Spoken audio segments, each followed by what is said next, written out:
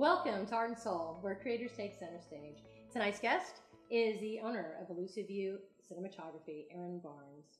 Thank you for coming on the show. No, thank you for having me. Yeah. Now, Aaron, I understand that you didn't always know you wanted to be in cinematography. Is that correct? Yeah, that is true. I had no intention of being a cinematographer. I was in the Army previous to this, and that's not exactly one of those aspiring dreams you get to have. It's pretty much you get to clean up stuff and do Army stuff. So it's kind of a nice change of pace to have a creative job. Yeah. So what about your military career? I mean, what led you, or how did you discover that was something that you wanted to get into? Well, it started last year when I was actually in Afghanistan. We had a lot of things that were happening that were kind of scary, and we had a lot of touching moments. And one of the moments that led me to this actual job and career choice was I was on post, and when I did my military career, I was a tactical satellite telecommunications engineer. So we built phone and internet services for anybody who required it. But because in Afghanistan they have one of the biggest fiber optic backbones there are, they really didn't need us. So we got positioned to do different jobs. And my job was to work with some of the local nationals and getting supplies on and off of the forward operating base. And during one of those runs, we had a group of Afghanis that came on in trucks and different things. And one of the guys I was working with, his mom sent him a care package. And in the care package, there was a Polaroid, one camera, the ones that point and click, and it prints out the photo almost instantaneously. Well, we were there, and there was a group of Afghanis that came on, a man, his wife, and his children. His entire family was there. And he took a picture of this Afghani family, and he gave it to them. And they really, he looked at it, and he looked at it really hard. And the man started to cry, and I didn't understand that at first. It didn't make any sense to me. And then it had made perfect sense after about 10 minutes of thinking about it. This was the only photograph he had of his entire family. Ever. So for him, that was the most precious, valued item he could possibly own. And when I thought about that, I thought, wow, in America, we take 37 pictures of ourselves before we leave the bathroom. In some cases, yeah. Yeah, and these people, they live out in fields, very, very rough life for them. So that was really a defining moment. Wow. So from that moment, and that tender moment in the military to now, what brought you to there? Well, to where I am now from that point in time, it seemed like a lot longer of a journey than it should have been. I actually had to get off of active duty first, and I switched over to the reserves, doing another job, which was a little bit more interesting. But now, from that point, I had to learn exactly what is it that I wanted to do, and why is that important.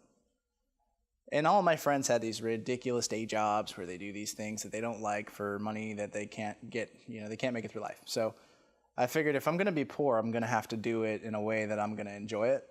So I started learning as much as I could, kind of like Johnny Five, data input. So I ran around, I'm looking for all these things. I'm trying to figure out what it is that I need to know to be able to do this well. Right. So I figured, what do all the big shots use? They got all these fancy cameras, all this great equipment.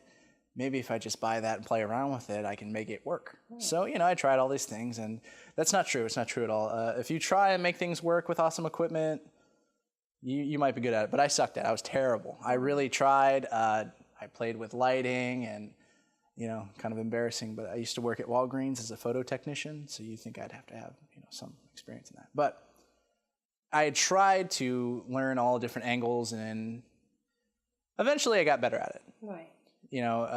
What I love about my family is they'll tell me, oh, you're really good at this. And I was like, that's not true. Stop doing that. If you're terrible, you need to tell me that I'm terrible so I can get better. So, right. That's true. Working through all that, I started to meet a lot of people that I never would have imagined that I would meet. Coming out of the military, having a military background, you look kind of scary and unapproachable. People don't understand you. So I forced myself into situations where I knew it was going to be a little awkward, but I got to meet some really cool people that do different things. Like the first time I had ever shot anything, Caster's blog. Yeah. They needed an aerial shot of over the bridge, but At that point in time, I had figured it out, worked it through. But before all that, I met this guy who was doing different RC cars and RC boats, and he had all these really cool things. And I was like, oh man, that looks like a lot of fun, because it keeps the true spirit of being a kid while enjoying your adulthood. So what I had done is I started observing these people using their new types of helicopters. They're called multi-rotors. Some people call them drones. Other people, they have a million names for them. Right. But we'll stick to the tech specification, because that's what tech guys like me do. So it's a multi-rotor, multiple rotors, capable of hovering in still flight. And I was playing with one day. I bought a little cheap one, and I was flying it around my room and crashing it into things, which I advise, if you're going to do this, that's what you should do. Because that's how the professionals get to be pros. They fly small remote controls into fans. So we got pretty good at it, and I was like, how cool would that be if I could put a camera on there? And I tried it, and it was terrible, because the image was all shaky. Right. You couldn't see what I was trying to shoot at the subject. Right. Well, eventually I had started reading and doing more research, because that's what nerds do. Introverts, we have the computer power, so we get in there, and I start searching Google and YouTube, and I found out that people had discovered gimbals, and they're robotic brushless DC motors that hold a camera perfectly steady using a gyroscope. So, I did what everybody else did. Well, if I buy one of those, it'll be amazing. So I bought one and crashed it shortly after. But, after re-engineering and learning how it worked, we got to a point where we had some really cool footage, and then it was all down to learning how to edit the footage to make it usable. Right. But that's how I got to where I am, and now I'm learning as much as I can to get better. So when you said, so basically what I'm hearing is that you taught yourself. You didn't go to school for this, or? Well, it's new and emerging tech. So no, I have no formal training in drone flight or, autonomous flight of drones. Right. It's all self-taught. It's all, hackers call it gauging.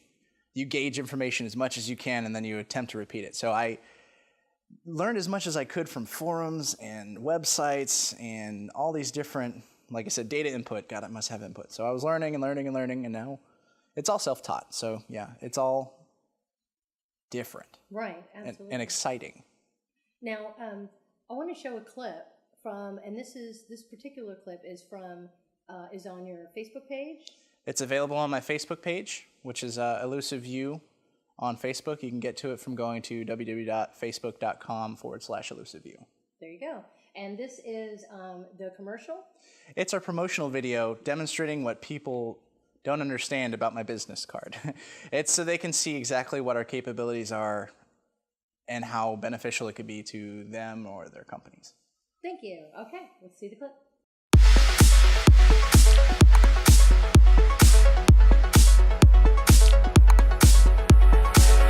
If you could go anywhere,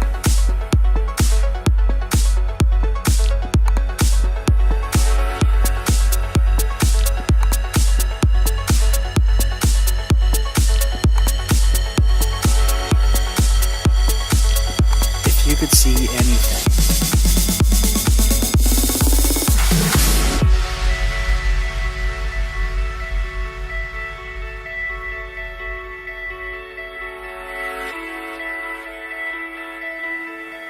what would you look at?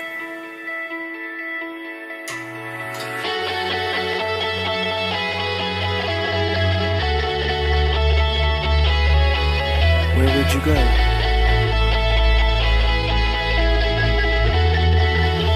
Where would it take you?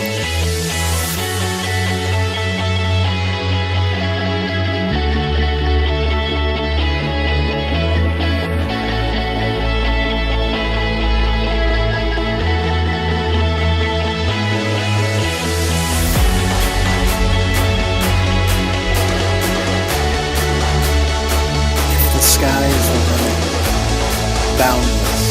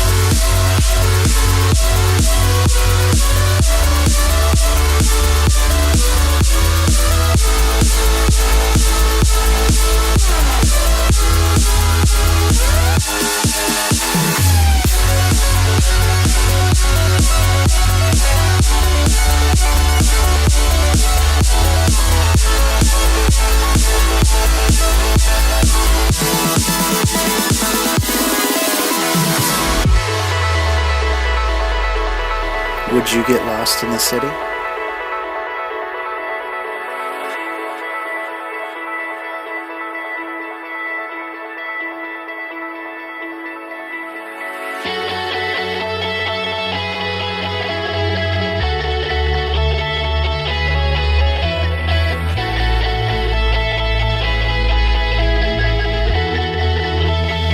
Or find yourself in the country?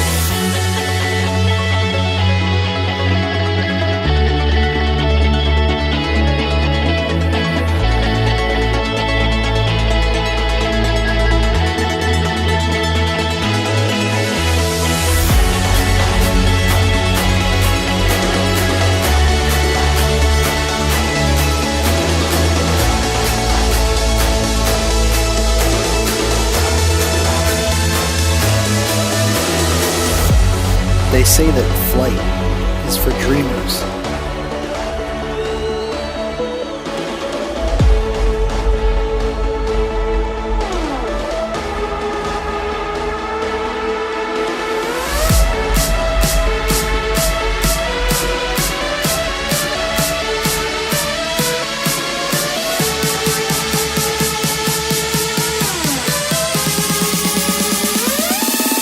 We can take you there.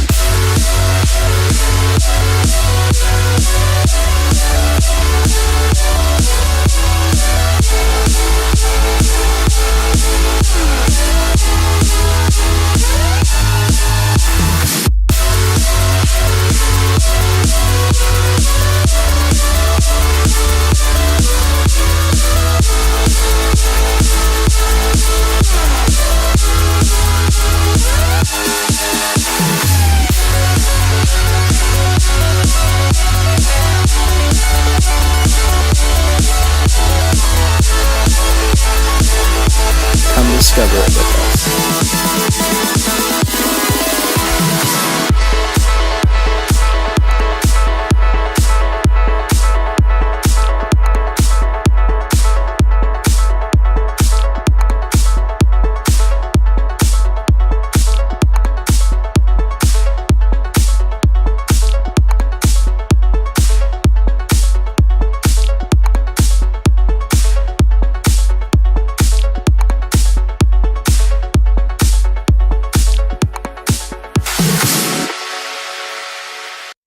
That is just beautiful. I think I've seen that like 3 or 4 times, and you put a lot of different things in there.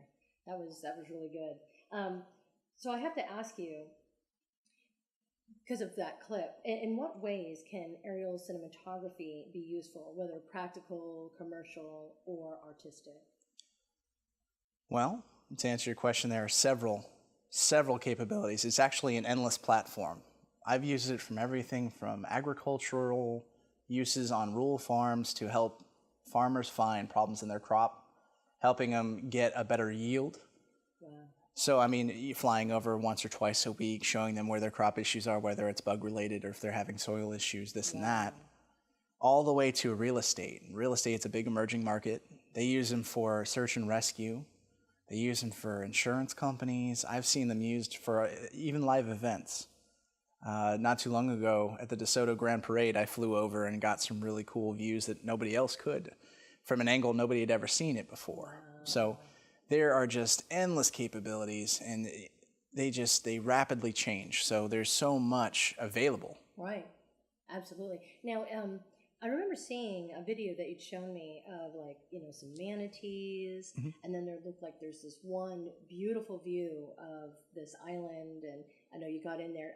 Did you mention that was conservation? Yeah, we use it for a lot of different things, including conservation. I've seen them used for, my company has been working with some of the local charities to help them monitor manatees, and we went out to Mayaca State Park and we shot some alligators. So not only is it cool because you can get these feeds, but it's also cool because you can interact with wildlife without injuring them. Right, or frightening them. Frightening them, running away. So we've used them for statistics monitoring, seeing how their lifespans are, studies really. Right. But conservation mostly. For example, there's a place out on, I think it's Anna Maria Island, Bradenton Beach, they have vegetation Right. that they don't want anybody to walk on. Right. But they can't get any footage of it because nobody can walk over there. Right. So we flew over and we took some photos in high definition and got them the availability that they didn't have for a quarter of the price. So it was, That's you know, incredible. That is just fantastic. I just think that's amazing. So what would you say are some of the benefits of your particular brand of aerial cinematography versus traditional area photography or cinematography? well, traditional photography that's aerial usually has to happen from a fixed wing aircraft or a rotor wing aircraft, so a helicopter, different brands of airplanes, which is cool, but they have a lot of cost behind them. So not only do you have to purchase, you know, a pilot who knows what they're doing, you have to have a photographer on board, then there's fuel cost, then there's tax, and then there's this and that. It gets big quick. Yeah, yeah. But through UAVs or unmanned aerial vehicles, I mean, so much cheaper.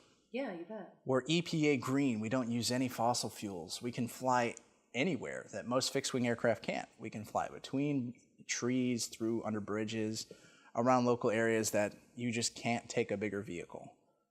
So that's one of the large benefits, is that our form factor is so small, we can fly into pretty much any location without harming anything. And then we have other benefits, like, for example, it's always going to be exciting to watch. You always attract a crowd. Right. So, you know, the benefits of being better economy, it doesn't cost as much. It's EPA green. It's not hurting anything. Then there's the form factor thing, so we can fly anywhere. So just those, you know, those three make a big thing. They're huge. And They're the fact huge. that it's affordable, I like the fact that it's green, personally. Right. So being affordable is the huge the push that we're going for here. We have a lot of people that complain, oh, well, it's this and that, and I don't know about that. It seems unsafe. It's because they're kind of scared. You know, the advance in technology makes it what it is today. Right. What kind of artistry would you say goes into, you know, aerial cinematography? Well, there's a lot of different subcategories that go into the artistry of cinematography. There's always the photography part. Then there's, you know, the editing, which is kind of interesting because there's a lot of people that just don't have the eye for it. And then there's all kinds of other things, you know, managing the music, you know, working through the different parts of what it takes to make a promotional video or any kind of promotion for that matter. Right. So, you know, having the parts that come together, like photography, your sound guy, your editing, and then at the end is promoting it. Right. So I think those are just some of the different strands of it. Okay. All right. Now, you had another clip that you'd like to show. Do you mind introducing it? So I think this one is of Manasota Key out in Englewood, and it's to show you how the beach has really changed over the last couple of years, and give you that angle that most people can't. So this is it. All right. Let's take a look.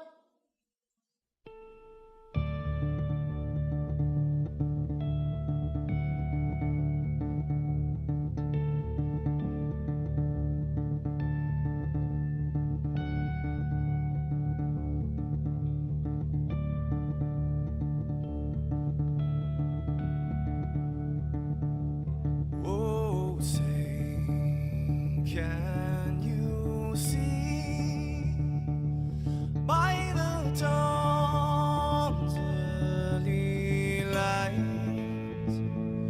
what so proudly we hailed at the twilight's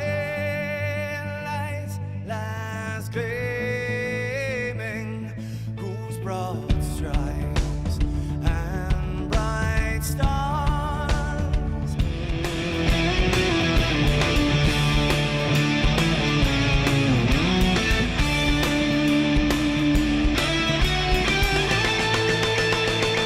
because we are the brave. Yes, we are the brave. We'll fight tyranny, the name of the brave. We are the U.S. of A.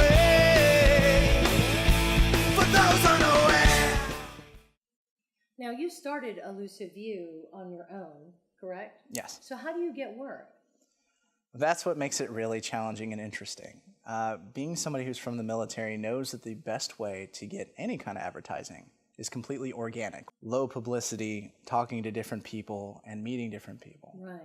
So, right now we're using social media to its fullest extent. We have YouTube, we have Facebook, we have our own individual websites, and our web pages really carry our company, as well as talking to different people in different industries. So, I have a lot of people that call me and say, hey, we saw you out there and we got your business card and we thought we would give it a shot and see what's going to go. So it's really exciting to see that people are taking to it. Right, absolutely. So what would you say is the most, what part of those efforts have been the most successful in getting you more business? Well, right now it's really social media and talking to the right people. Yeah. Absolutely. So we go to Facebook, which is our biggest one, which we just broke 300 likes a couple days ago, which was really exciting for us. Congratulations on your milestone. So we meet all these people online. It gives us such a vast variety to meet people in different states. Right. And sometimes even different countries. I have people that contact me over YouTube and ask me what my specs are so they can try it and see what they think if it works. Oh, nice. Cool. So have you encountered any obstacles in this new and emerging field? There are several obstacles that make it extremely challenging. I think the biggest one is that people, they really kind of fear the technology almost. Wow. And it's because they don't have the chance to experience it. Maybe they think it's going to impede their privacy, which realistically, I can tell you from being in the military, if you're worried about your privacy, maybe you should get off of social media. Maybe you should throw away that iPhone. Perhaps you should, stop saying things to people you shouldn't be. Those are just some thoughts. I cannot argue that, actually. I totally agree. But some of the other issues that we have, simplistic issues. Right now, it's such an emergent, large field. Nobody knows we exist. Right. I think that's the hardest part is nobody knows we exist. And if they knew we existed, they probably wouldn't be paying so much as they do now. Right. So that's where we're at with the issues that we have. Okay. So people don't know that you have this service and what it can do, essentially. Okay. So what drives you to stay current in this emerging field? Because I understand that it's constantly evolving, rapidly changing. Yeah. So for me personally, again, back to the nerdiness, the inner nerdiness, it's important. I have a passion for technology as it advances and changes. And some of my friends have told me that I have, what was the term he said? He said, you have techno-lust. So I can't. That's a thing. It is. It's a thing. It's an addiction. I have to learn. I have to know what's in there. Why does it work? My husband has that. He's got the. I believe it. It's a thing. Once you start it, the nerds get together and it spreads like fire. Viral. It's viral, absolutely. But it's definitely the passion that I have for the technology and the way that it changes and the way it emerges into giving us new ways to do things. Wow. It's innovative. It is very innovative. So what, if any, accurate perceptions have you encountered in aerial cinematography? Well, I always get those people that walk up and say, do you work for Amazon? Are you going to deliver a package to my house? And I have to be like, well, no, I'm the government. I'm there to shadow and hide you. No, that's not what I say. But I always tell them, we don't work for Amazon, although maybe one day we could do some work for Amazon. But the most accurate perception I've gotten are people running up and with the most remarkable things to say. Yeah. Wow, I've never seen anything like that. A lot of people who might be intoxicated kind of look at it, oh, it's a UFO. But, it's the occasion. It's the occasion. Okay.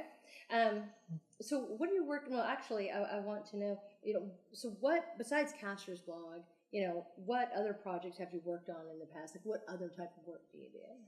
Well, leading back to agriculture, which is one of the biggest ones. I've done everything from irrigation projects to seeing how they're dug. Have you ever seen that show, How It's Made? Yes. So the really nerdy kids like me like that show.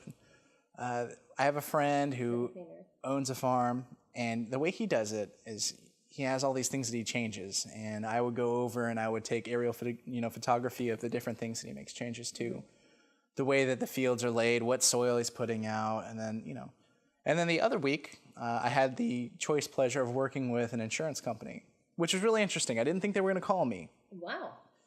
And how that ended up working out, it was really rainy, and when I say that, people think, oh, that's Florida all year long. Yes. But it was really bad one time, and a tree had fell into this guy's house.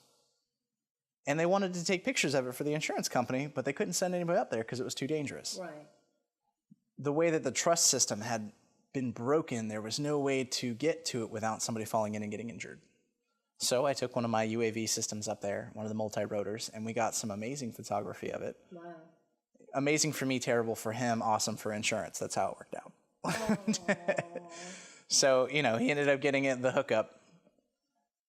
Cool. Now, do you do weddings? We do. We actually do a lot of weddings.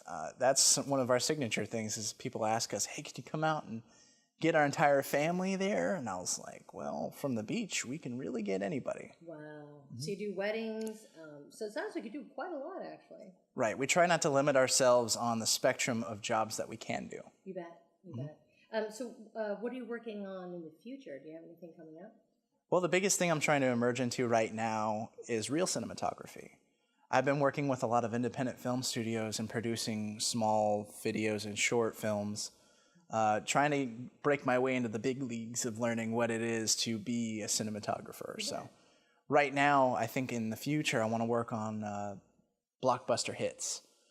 As far as everything else that includes, maybe doing the little jobs as weddings and... Right. Sure. But the main thing is to get into movie making as well as, we do a lot of real estate, but... Yeah.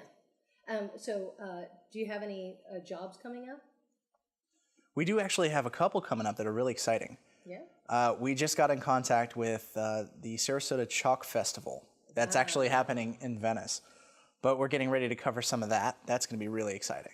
That's going to be fun. Also, being a veteran, it's really important to me to do as much as I can for the vets.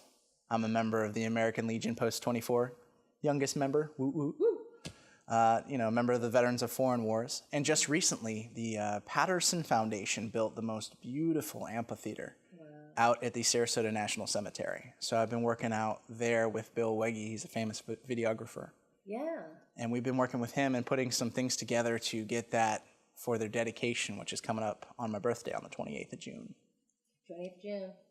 Is that a public event or? Well, right now, I'm not entirely sure. Okay. The rest of their events have been ticketed or invite only. Okay. But I imagine the dedication's probably going to be open public. Okay.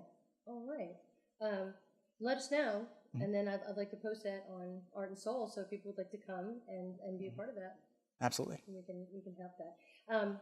So what, if any, projects that you've done so far have been the most gratifying? There's a lot of, well, that's a hard question because they're all gratifying. Because it challenges you to have a unique perspective on each and every one of them. Anybody can do the same thing every day and get bored of it, but in my job, that's not the case. That's a good point. For example, last week we shot jet skis for Enticer Water Sports.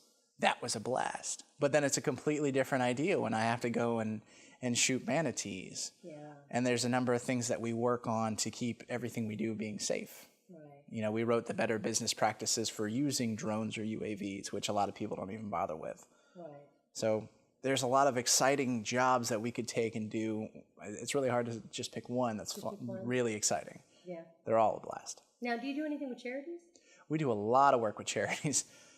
We do work for the Wounded Warrior Project. I've done work for not only that charity, but many others. What's the other one? The other one that we were working with this year was the Making Strides for Breast Cancer Association. Yeah, I saw that. And it was footage was beautiful. Talk about some inspiring people. I didn't think that many people even owned Pink, but they showed up and they were ready to go. So they had had this meeting where they had all these people show up. They were all excited, and we shot overhead views of the largest pink bow. Wow. And they're actually going to challenge that again in October for largest Guinness Book World Records of largest person bow, the giant pink bow they make. Yeah. It's going to be cool. Yeah, that's very cool. Let us know about that as well. Absolutely. So, one last question for you. Mm-hmm. Do you have any advice for someone that may be interested in becoming an aerial cinematographer? Well, I think the most important thing is to keep your passion inspired. without inspiration or passion, I feel like you would make it nowhere without trying harder each day. Right. But that goes with any job. Sure. I think the most important thing is to really do what you love, and if that's what you love, go for it. Keep trying, learn, don't be afraid to make mistakes, because everybody does, and they wouldn't be where they are today if they didn't make those mistakes. Absolutely. I completely agree. Well, thank you so much for coming on the show. It's been wonderful talking with you. No, absolutely. Thank you for having me. Now, our sponsors want to thank you. Our sponsors are TTS Sun, the Talent Shopping Network. They want to thank you for coming on the show. So they're awarding you 6 months as an industry professional. What you get is you get to register using my promo code, and you can look for other gigs for aerial cinematography. You can brand it, put up your profile, link all your stuff to it, and get your word out there. And it's all over the country and parts of the world. That's fantastic. Absolutely. So they want to thank you for that. I also want to thank our sponsors, Wordscape. Wordscape is now available in iTunes on the iPad and on the iPhone. For those of you watching, thanks for watching the show. You can find us on Facebook at Art and Soul Trina Fallon, all one word. You can also go to starcomestudios.com, www.starcomestudios.com. Check out his blog post, all of my videos, and see who we're interviewing next. Stay happy, Kevin.